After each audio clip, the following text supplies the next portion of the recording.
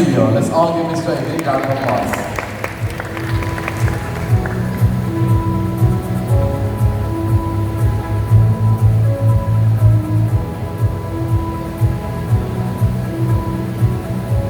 Bright morning, everyone. To the teachers, students, and staff of Taguig Integrated School, to my fellow Sun Lifers and volunteers, and of course to our partners, we have Beyond Sport, AHA Behavioral Design, and of course to our friends from the media, magandang araw po sa inyong lahat. I'm really glad to be part of this program.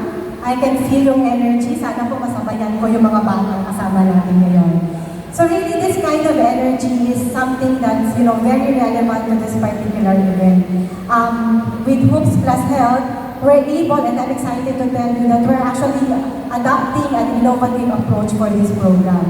Alam po natin na yung mga kabataan natin ngayon mahirap nang gumalaw-galaw kasi nga marami pong distractions.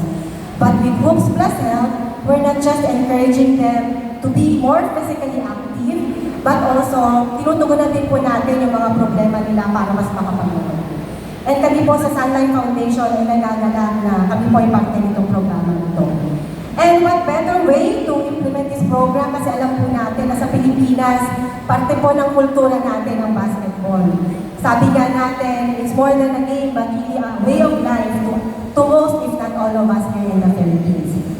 No, but beyond giving life to our aims and hopes for furthering the health of our children, I think importante rin po na i-highlight na yung sa katuparan po nito program na ito ay dahil sa effort ng marami po nating volunteers at syempre ng ating mga partners. So, kaya sana po patuloy tayong sumuporta sa mga programa para sa ikasusulong ng kalusugan ng ating mga kabataan para po sila ay lumaki masigla, malusog at mas may maliwanag na kinabukasan. Nawa po sa donasyon po na ibibigay namin ay mas ma-encourage po namin ang mga mag-aaral ng Taguig Integrated School na mas maging aktibo.